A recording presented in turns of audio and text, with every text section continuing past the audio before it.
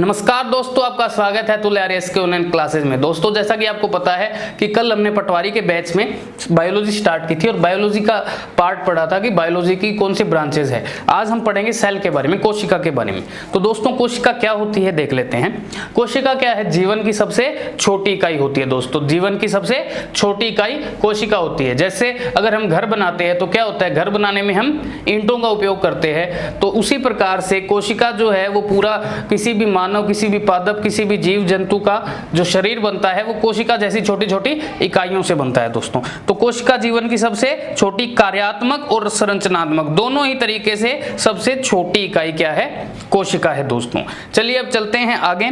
कोशिका के अध्ययन को क्या कहा जाता है? तो कोशिका के अध्ययन को साइटोलॉजी कहते हैं। क्या कहते हैं दोस्तों? कोशिका के अध्ययन को साइटोलॉजी कहते हैं। ये आपको याद रखना है, इस प्रकार का कई बार क्वेश्चन आ जाता है कि कोशिका के अध्ययन को क्या कहा जाता है। तो आपको ऑप्शन मिल जाएगा साइटोलॉजी, और ऐसे ही 3 ऑप्शन और मिल जाएंगे, तो उसमें से साइटोलॉजी आपको सही करना है, क्योंकि कोशिका के अध्ययन को साइटोलॉजी कहते हैं। दोस्तों, चलिए अब चलते हैं कोशिका के आविष्कार या कोशिका के खोज के बारे में। तो कोशिका शब्द का सबसे पहले उपयोग किसने किया? दोस्तों, रॉबर्ट हुक ने किया था।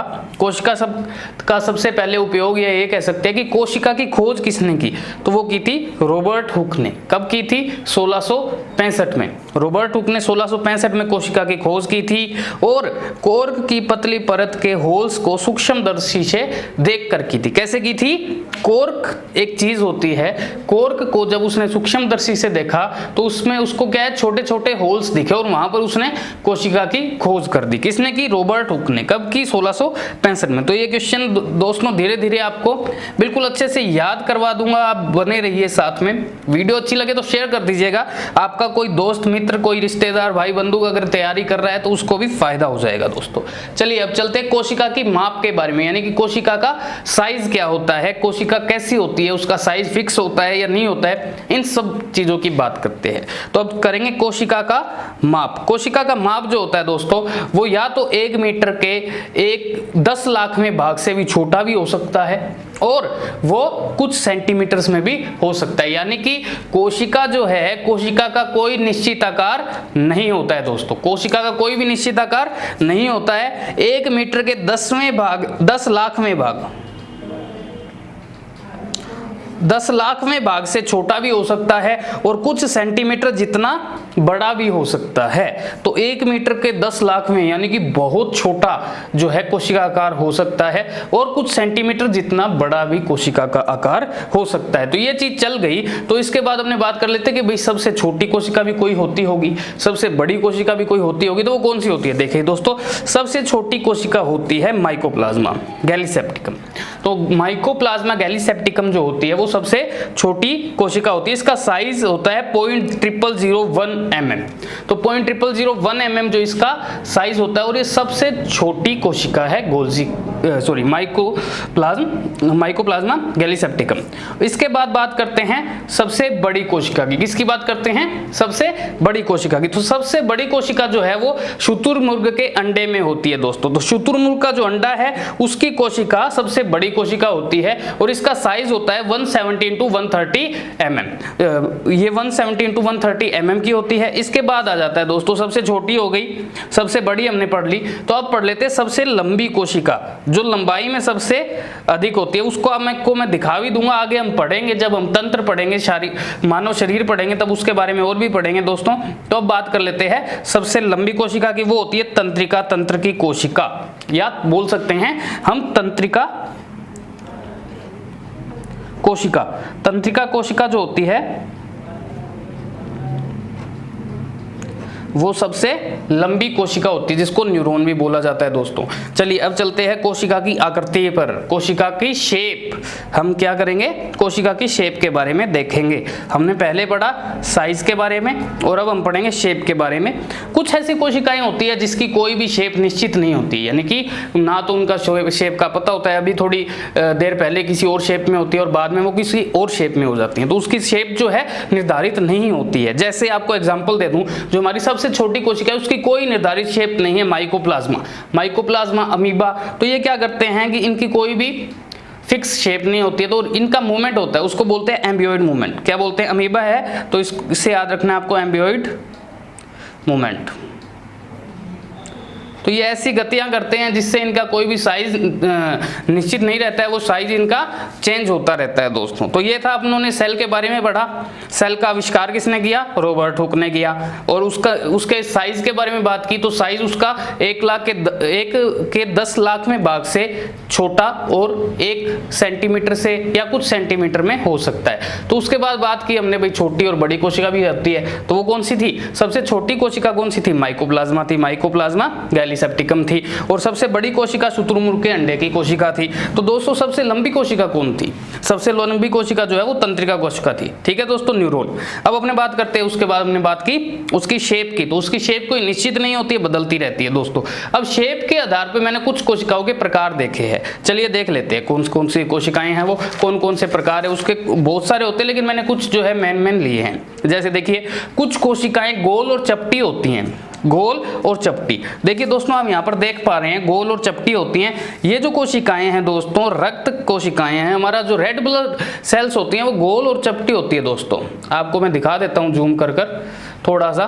देखिए, ये जो हमारे पास कोशिकाएं हैं वो गोल और चपटी हैं, जैसे इस प्रकार से हैं, और इसको बोलते हैं हम रक्त कोशिकाएं या आरबीसी की कोशिकाएं हैं ये दोस्तों। चलिए दोस्तों, अब अपने बात कर लेते हैं कुछ और कोशिकाओं की। कुछ कोशिकाएं लंबी और तर्करूप होती है। कैसी होती है? लंबी और तर्करूप, यानी कि वो दोनों तरफ से तीखी होती है। ये देख लिया, अब देख सकते हैं ये कोशिकाएं क्या हैं? लंबी और तर्करूप हैं। और कौन सी कोशिकाएं हैं? इनका एक एग्जांपल मैं आपको दे देता हूं। पेशी कोशिका या मसल सेल्स जो होती हैं वो हमारे पास इस प्रकार में आती हैं कि वो लंबी भी होती हैं और तर्करूप यानी कि तीखी होती है। दोनों सिरे इनके नुकीले होते हैं दोस्तों। आप देख सकते हैं यहाँ पर मैंने आपको इसका जो है चित्र भी आपको दिखाया। इसका जो है शेप आप देख सकते हैं कि ये क्या है? तर्करूप है, तीखी दोनों तरफ से। अब चलिए एक और कोशिका, एक और टाइप की कोशिका देखते हैं। कुछ कोशिकाएं लंबी और शाखित होती हैं। कैसी होती हैं? लंबी और शाखित, यानी कि इनकी कोई शाखाएं निकली हुई होती हैं। ये कोशिका तो होती है, इसी में से, इस कोशिका में से कुछ और शाखाएं निकलती हैं जो अपना अपना काम करती है दोस्तों। इसका भी एक एग्जांपल आपको दिखा देता हूं। मैंने यहाँ पर लगा दिया, जगह कम थी इसलिए इसका डायग्राम यहाँ है। आपको नोट्स दोस्तों जो चाहिए अगर, तो आप इसके डिस्क्रिप्शन में जाकर नोट्स ले सकते हैं हमारी वेबसाइट से, और हमारे टेलीग्राम चैनल को ज्वाइन करके भी आप ये नोट्स प्राप्त कर सकते हैं दोस्तों। वहां पर मैं दोनों नोट्स डाल देता हूँ।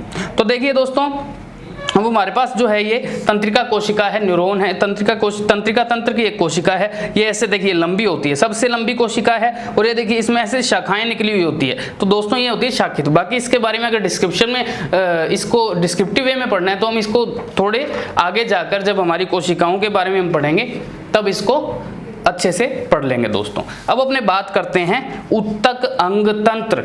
उत्तक अंग तंत्र क्या होता है दोस्तों? सबसे पहले तो होता है इसमें कि उत्तक क्या होता है, उसके बाद अंग क्या होते हैं और अंग तंत्र क्या होते हैं। ये तीनों चीजें आपको डिस्क्रिप्टिव वे में बताता हूं दोस्तों। क्या होता है कि हमारे पास कोशिका होती है जिसके बारे में हम पढ़ चुके हैं। तो एक जैसी कोशिकाएं, यानी कि वो कोशिकाएं जो एक ही तरीके का काम करती हैं, उनका एक समूह बना देते हैं, उनको एक संगठित कर देते हैं, तो वो दोस्तों क्या होती है? उत्तक बन जाता है। देखिए, समान कार्य करने वाली कोशिकाओं के समूह को उत्तक बनते हैं, कहते हैं, या समूह से उत्तक बनते हैं दोस्तों। चलिए, उत्तक के बारे में आप समझ गए। उसके बाद देखिए, अब उत्तकों से मिलकर क्या बनेगा? जो एक ही जैसे उत्तक है, एक ही कार्य करते हैं, समान कार्य करने वाले उत्तकों के समूह से अंग बनते हैं। क्या बनते हैं दोस्तों? समान कार्य करने वाले उत्तकों के समूह से अंग बनते हैं। तो ये हो गया दोस्तों उत्तकों के बारे में। अब हमने पढ़ा विभिन्न अंगों से तंत्रों का निर्माण होता है। विभिन्न अंगों से क्या होता है? तंत्रों का निर्माण होता है दोस्तों। तो ये देख लीजिए, आप जब जोड़ते हुए पढ़ेंगे तो बहुत आसानी से इसको समझ सकेंगे। सबसे पहले समान टाइप का जो काम करती हैं, एक जैसा काम करती हैं, उन कोशिकाओं को मिलाकर हमने क्या बना दिया? उत्तक बना दिया। अब एक जैसा काम करने वाले जो उत्तक हैं, उनसे हमने क्या बना दिया? अंग बना दिया। उनके समूह से हमने क्या बना दिया? अंग बना दिया। इसी प्रकार एक अंगों के समूह को क्या कहते हैं? तंत्र। क्या कहते हैं? तंत्र। तो अंगों के जो विभिन्न अंग हैं, विभिन्न अंगों से एक समूह बनता है और उनको बोलते हैं तंत्र। क्या बोलते हैं?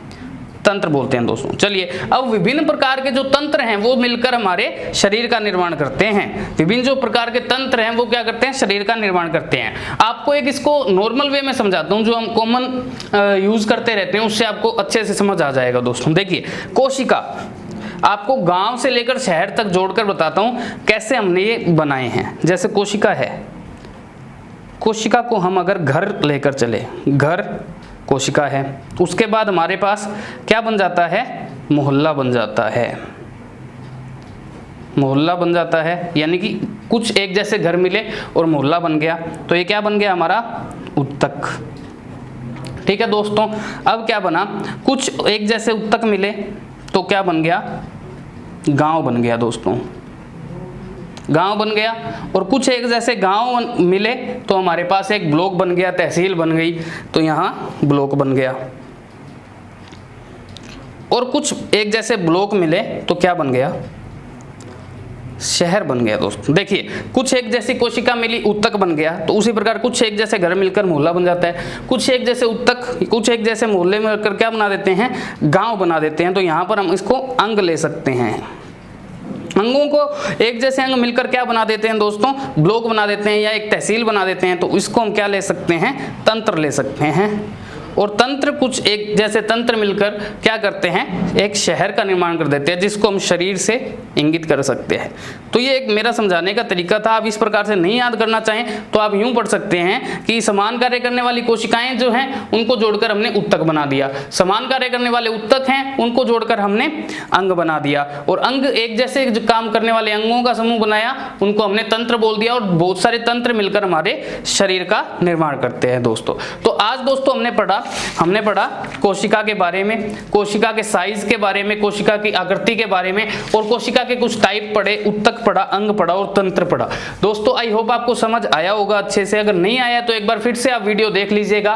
फिर भी आपको अगर नोट्स बनाने हैं तो आप पीडीएफ में से इसको देख सकते हैं। ये नोट्स मैंने आपको पीडीएफ फाइल बनाकर डिस्क्रिप्शन में ऐड कर दी है, तो वहां से आप पीडीएफ फाइल डाउनलोड कर लीजिए। और इसके बाद जो हम पढ़ेंगे वो कोशिका के मुख्य मुख्य भाग पढ़ेंगे दोस्तों। अगर आपको अच्छी लगी है तो इस वीडियो को शेयर कीजिएगा, लाइक कीजिएगा और हमारे साथ बने रहिएगा। धन्यवाद।